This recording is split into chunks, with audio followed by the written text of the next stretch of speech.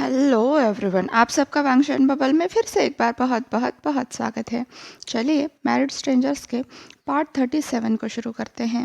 अब तक हमने देखा था जान और ईबो साथ में ब्रेकफास्ट कर रहे होते हैं। हे कॉफ़ी।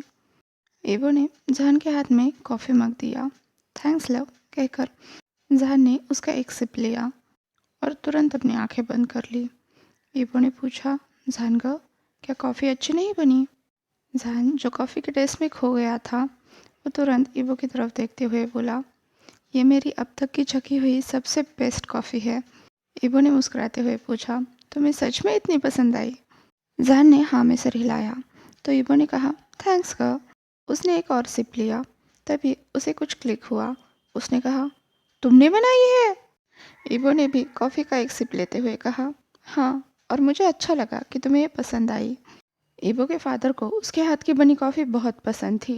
ईबो को तो याद भी नहीं था उनके जाने के बाद उसने कॉफ़ी कब बनाई थी, पर इतने दिनों बाद बनाकर भी कॉफ़ी की टेस्ट मेंटेन थी। ये देखकर उसे एहसास हुआ कि वो कॉफ़ी बनाने में मास्टर बन चुका है। जान शौक तो था, पर एक और सिप लेते हुए वो बोला, क्या तुम मेरे लिए रोज़ कॉफ़ी बना सकते हो? ईबो ने मुस्कुराते हुए कहा, क्या आपको इतनी पसंद आई? यस लव, जान ने जवाब दिया। और अगर तुम मेरे लिए खाना बनाओगे, फिर तो मैं कभी उसे स्किप नहीं करूँगा। जान बोला। तो ईबो ने हंसते हुए कहा, फिर आपके किचन का क्या होगा ग? जान ने भी हंसते हुए कहा, तुम उसमें जो चाहे कर सकते हो। अगर एक टूट गया तो मैं दूसरा बनाऊँगा। उसकी बात सुनकर ईबो भी हंसने लगा। दोनों काफ़ी देर तक बैठे रहे। ईबो पिछले 2 दिन में उसने जो कुछ भी किया उसके बारे में सब कुछ जान को बता रहा था, और जहान भी बड़े प्यार से उसकी सारी बातें सुन रहा था। अचानक ईबो को अपने कंधे पर थोड़ा वेट महसूस हुआ। तब वो बोलते बोलते रुक गया। उसने देखा जहान को नींद आ चुकी है। उसके चेहरे पर अभी भी वो सुकून वाली मुस्कुराहट है। ईबो ने अपना हाथ जहान के सर के नीचे रखा और वो वहाँ से उठ गया। जहान को केयरफुली उसने सोफ़ा पर लिटाया। जहान का सर गोद में लेते हुए ईबो उसके बालों में हाथ फिराने लगा। स्वीट ड्रीम्स अभी, ईबो ने कहा। ईबो की नज़रें अभी भी जहान के चेहरे पर ही थी। अचानक से उसे अपनी धड़कनें बढ़ने का एहसास हुआ। वो तो अपने हस्बैंड की खूबसूरती में खो चुका था। ईबो ने हाथ बढ़ाया और धीरे से जहान के पलकों को छुआ। फिर उसकी उंगलियां जहान के नाक पर जाकर थम गई। उसकी आउटलाइन स्केच करते हुए वो जहान के होठों तक पहुंच गया। ईबो हल्के से जहान के होठों को छू रहा था, जिससे जहान डिस्टर्ब हो गया और ईबो अपनी ख्यालों से बाहर आ गया। जब उसे एहसास हुआ कि वो कर क्या रहा था, उसके गाल लाल हो गए। अगर ऐसे में जहान की आँख खुलती तब तो उसकी खैर नहीं। इस बात से ही ईबो डर गया। ईबो आंखें बंद करके पीछे सोफा पर लेट गया। फिर गहरी सांस लेकर किसी और तरफ देखने लगा। खुद को डिस्ट्रैक्ट करने के लिए उसे साइड टेबल पर एक फ्रेम दिखाई दिया। उस फ्रेम में ईबो की ही तस्वीर थी। ईबो के चेहरे पर फिर से एक प्यारी सी मुस्कुराहट आ गई और दिल में भावनाओं का बवंडर उठ गया, क्योंकि ये तस्वीर उसके करियर के शुरुआती दिनों की थी। उसे आज भी वो दिन याद था। उसने अभी मॉडलिंग करना शुरू किया था और अपने पा को मॉडलिंग देखने के लिए बुलाया था। जब उसके फादर ने उसे कहा कि वो नहीं आ सकते, तब वो उदास हो गया था। पर जब उसने पा को उसके स्टूडियो में खड़ा देखा, तब उसकी खुशी का ठिकाना ही नहीं रहा। इसीलिए ये फ़ोटो उसके फेवरेट फ़ोटोज़ में से एक थी।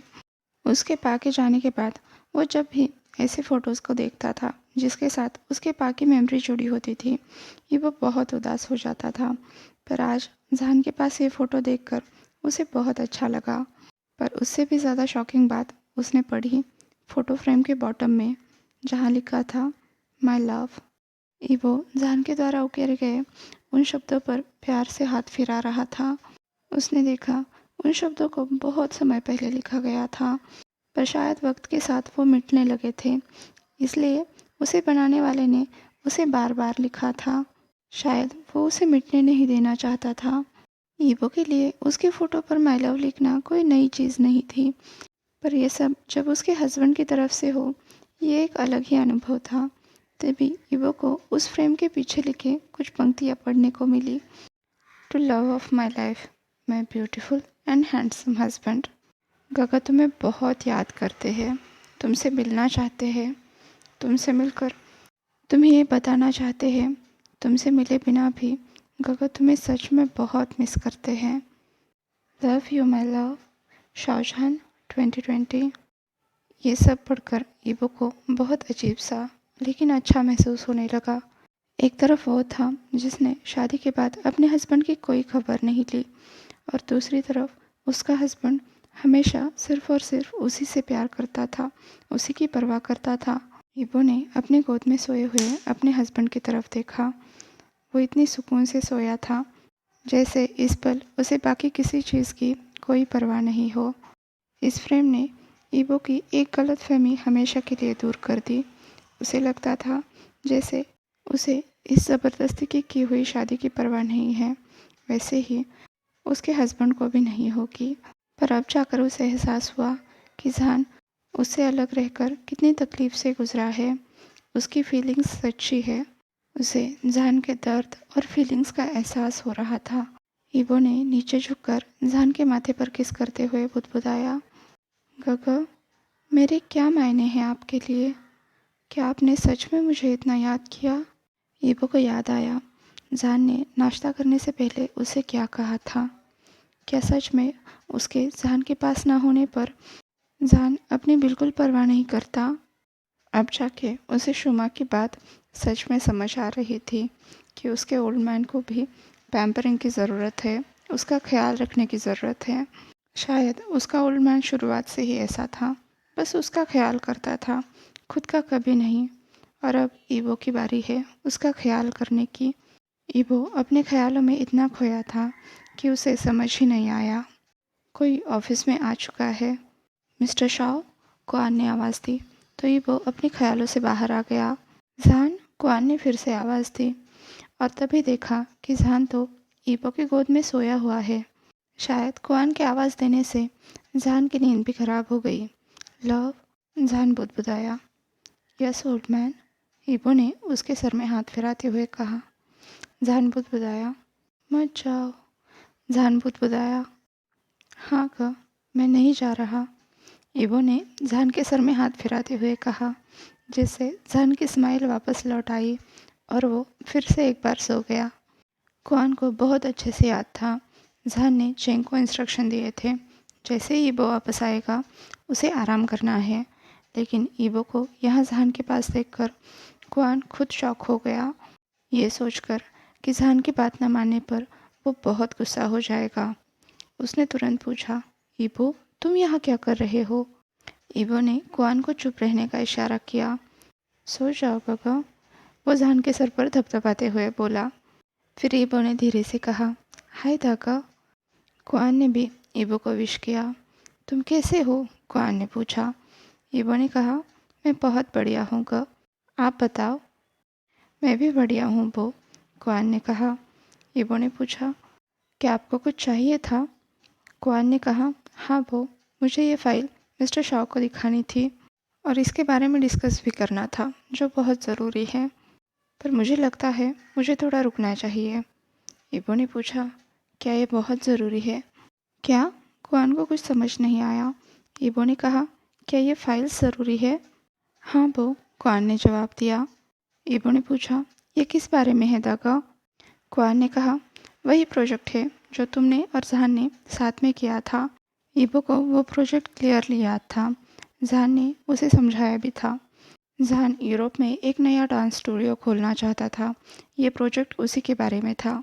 जहान चाइनीज़ और वेस्टर्न कल्चर में फ्यूजन करना चाहता था और एक आर्टिस्ट होने की वजह से ईबो को भी इन बातों की समझ थी।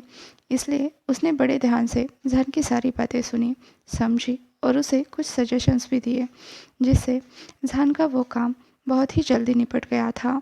कुआन ने कहा, जो प्रोजेक्ट तुम दोनों ने फाइनलाइज़ किया था वो हमने हमारे यूरोपियन पार्टनर्स के पास भेजा था। उन्होंने भी कुछ सजेशंस के साथ इसे वापस भेजा है। तो अभी हमें फाइनल एनालिसिस करना है। इस प्रोजेक्ट की टीम इसका इंतज़ार कर रही है, लेकिन बॉस फाइनली 2 दिनों के बाद अब जाकर आराम कर रहे हैं, इसलिए हम नहीं चाहते उन्हें डिस्टर्ब करें। फाइनली आराम कर रहे हैं? इसका क्या मतलब है दागा? ईबो ने पूछा। कुआन ने हंसते हुए कहा, ईबो, तुम्हारा हस्बैंड बहुत ज़िद्दी है। तुम्हारे जाने के बाद उसने 1 घंटे के लिए भी ऑफिस नहीं छोड़ा। अगर कोई उससे कुछ कहने को जाता तब वो सबको चुप करा देता, और कोई भी शाह कॉरपोरेशन के सीईओ के गुस्से का शिकार नहीं होना चाहता, इसलिए सभी चुप थे। बस कल वो घर चला गया था, वो भी शुमा को ये बताने के लिए कि तुम्हारे आने के बाद तुम्हें प्रॉपर रेस्ट मिलनी चाहिए। घर पर भी वो बस 4 घंटे के लिए रुका, जहाँ पर उसने तुम्हारे लिए सब कुछ इंतज़ाम कर दिया। कुआन ने इतनी सब चुगली करने के बाद कहा, पर जब मुझे लगने लगा कि जान अब वापस नहीं आएगा, वो तभी वापस भी आ गया और फिर से खुद को काम में झोंक दिया। इसीलिए मैं कह रहा हूँ कि वो फाइनली आराम कर रहा है। इवो ने कहा, क्या ओल्ड मैन ने बिल्कुल भी आराम नहीं किया? कुआन ने कहा, हाँ, काम भी ज़्यादा था, तो उसने बिल्कुल भी आराम नहीं किया। इवो ने साय करते हुए कहा, पर उसे मेरा शेड्यूल याद था। मेरा खाना खाना, मेरा रेस्ट करना, इस सब का वो ख्याल रख रहा था। फिर आप ऐसा कैसे कह सकते हो कि वो बिज़ी था?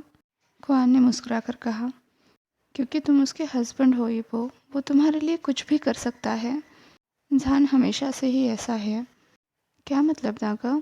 इबो ने पूछा। कुआन ने कहा, उसने हमेशा सबकी केयर की है, अपने पेरेंट्स की, अपने दोस्तों की, अपने पाक की, सबकी। बस जब बात उसकी हो तो वो अपने आप को बिल्कुल भूल जाता है। हम चाहे जितना उसे डांटे, लेकिन वो सब कुछ इग्नोर कर देता है। इबो, हम सबको हमेशा से किसी का इंतज़ार था जो जहान का ख्याल रखे, जो उसे एहसास दिलाए उसका खुद का ख्याल रखना भी ज़रूरी है। और मुझे ये देखकर बहुत खुशी हो रही है कि कोई सच में उसका ख्याल रख रहा है। बस कोई नहीं दागा, उसका हस्बैंड, जो अब से हमेशा उसके साथ होगा, उसका ख्याल रखेगा। जान को देखकर ईबो को एक बात याद आ गई। उसकी माँ हमेशा उसके पा का ख्याल रखती थी, यहाँ तक कि ईबो से भी ज़्यादा। छोटे ईबो को इस बात पर बहुत गुस्सा आता था कि जब उसके पा एक बड़े इंसान हैं जो अपना ख्याल खुद रख सकते हैं, फिर माँ को उनका ख्याल रखने की क्या ज़रूरत है। छोटा ईबो हमेशा पाउट करके अपनी माँ से ये पूछता था, पर उसकी माँ हंसकर उससे कहती थी, उसके पा सबका ख्याल रखते हैं, इसलिए उसकी माँ की जिम्मेदारी है कि वो उसके पा का ख्याल रखे। माँ के एक्सप्लेनेशन ईबो को कभी समझ आते थे तो कभी नहीं, लेकिन उसकी माँ हमेशा स्माइल करके उसे जवाब देती रहती थी। बातों ही बातों में उन्होंने ये भी कहा था, ईबो, तुम्हारी ज़िंदगी में भी कोई ऐसा आएगा जो सबका ख्याल रखेगा, बस खुद का नहीं। तब ये हमारी जिम्मेदारी होती है कि हम उनका ख्याल रखें। अब जान को इस हालत में देखकर उसे अपनी माँ की परेशानी समझ आ रही थी। कुआन, जो ईबो की बात सुनकर दंग रह गया था, उसने कहा, थैंक्स ईबो। ईबो ने पूछा, आप मुझे क्यों शुक्रिया कह रहे हैं दागा? तो कुआन ने कहा, जान का ख्याल। उसकी बात बीच में काटते हुए ईबो बोला, ये मेरी जिम्मेदारी है दागा, और मैं ये कर सकता हूँ। इसके लिए आपको शुक्रिया कहने की ज़रूरत नहीं है। ईबो को समझ नहीं आ रहा था सभी लोग उसे क्यों थैंक यू कह रहे हैं। कुआन ने कहा, ठीक है वो, चलो अब जाके ये तसल्ली रहेगी कि तुम हमेशा मेरे इस बुद्धू दोस्त का ख्याल रखोगे, तो अब मैं भी चैन से रह पाऊँगा। तभी जान एक तरफ मुड़ा और उसने अपना सर ईबो के पेट में छुपा लिया। कुआन ने मुस्कुराकर कहा, मुझे अब चलना चाहिए बो। तभी ईबो ने कुआन को पुकारा। कुआन ने पूछा, क्या हुआ बो, तुम्हें कुछ चाहिए? ईबो ने कहा, क्या आप वो फाइल्स मुझे दिखा सकते हो? क्यों बॉडी? कुआन ने पूछा। ईबो ने कहा, क्योंकि मैं आपकी मदद करना चाहता हूँ। इसकी कोई ज़रूरत नहीं है बॉडी, कुआन ने कहा। वो नहीं चाहता था टूर से लौटकर ईबो ऑफिस के झमेले में पड़े, पर ईबो उसे विनती करता हुआ बोला, प्लीज़ दागा। और ईबो के क्यूट फेस के सामने खुद जान की भी नहीं चलती, बाकियों की तो बात ही छोड़ दो। पर एक तरह से कुआन जान को भी गुस्सा नहीं दिलाना चाहता था। उसने कहा, पर मिस्टर सेन?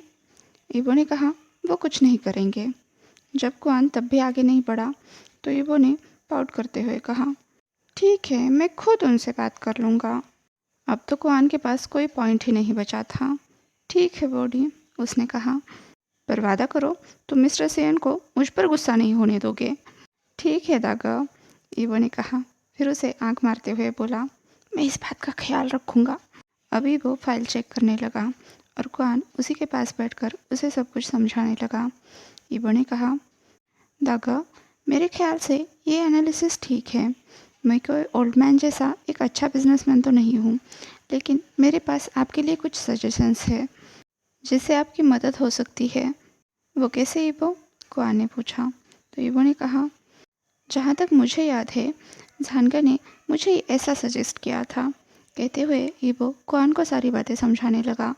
उसने कहा, हम इसमें इस तरह से करेक्शन कर देते हैं, चाहो तो ओल्ड मैन बाद में इसे रिव्यू कर सकता है। ईबो की बातें सुनकर क्वान खुद शॉक में था, क्योंकि उसे नहीं लगा था ईबो को बिजनेस की इतने अच्छे से जानकारी होगी। जान को अपने काम में किसी का दखल देना पसंद नहीं था, लेकिन ईबो के मामले में ये बात काम नहीं करती थी, क्योंकि जो कुछ भी जान का है वो सब कुछ ईबो का था। पर ऑफिस वर्क, प्रोजेक्ट वर्क एक अलग बात थी, जिसके लिए क्वान परेशान हो रहा था। पर ईबो ने उसे तसल्ली देते हुए कहा, दागा, जान का गुस्सा नहीं होंगे, और अगर हो भी गए तो आप उनसे ये कह देना कि मेरी जिद थी। ठीक है वो, फिर से एक बार क्वान ने कहा। तभी जान की नींद खुल गई। उसने ईबो की तरफ देखते हुए पूछा, वो तुम ठीक हो ना? ईबो ने क्वान को चुप रहने का इशारा किया और जान के सर पर थपथपाते हुए कहा, सब कुछ ठीक है ओल्ड मैन, आप सो जाओ। थोड़ी ही देर में जान फिर से सो गया और ईबो और क्वान फिर से काम में व्यस्त हो गए। आज के लिए बस इतना ही। आपसे कल मिलती हूँ, तब तक के लिए अपना ख्याल रखिए। वीडियो पसंद आया हो तो लाइक, शेयर और कमेंट कीजिए, और जिन्होंने भी सब्सक्राइब नहीं किया है प्लीज़ सब्सक्राइब कीजिए। अगर आप वीडियो देखकर सब्सक्राइब नहीं करोगे तो हमारा चैनल ग्रो कैसे करेगा? इसे फिर से पहले जैसा बनाने के लिए मुझे यूट्यूब का भरोसा जीतना होगा, जिसके लिए मुझे उनका सेट किया हुआ टारगेट कंप्लीट करना होगा, जो मेरे लिए अभी भी चांद को पाने से कम नहीं है। क्योंकि जो मुझसे सच में प्यार करते हैं उन सभी ने अपने फैमिली वालों के फ़ोन तक से हमारे चैनल को सब्सक्राइब किया। पर ये सब तो बैसाखियों जैसा काम हुआ। हमारे चैनल को ग्रो करने के लिए सच्चे फैंस की ज़रूरत है। और अगर आप सच में वांगशियान को पसंद करते हैं, ईज़ान को पसंद करते हैं, तो प्लीज़ चैनल को सब्सक्राइब कर दीजिए और वांगशियान बबल में खुश रहिए। Thank you.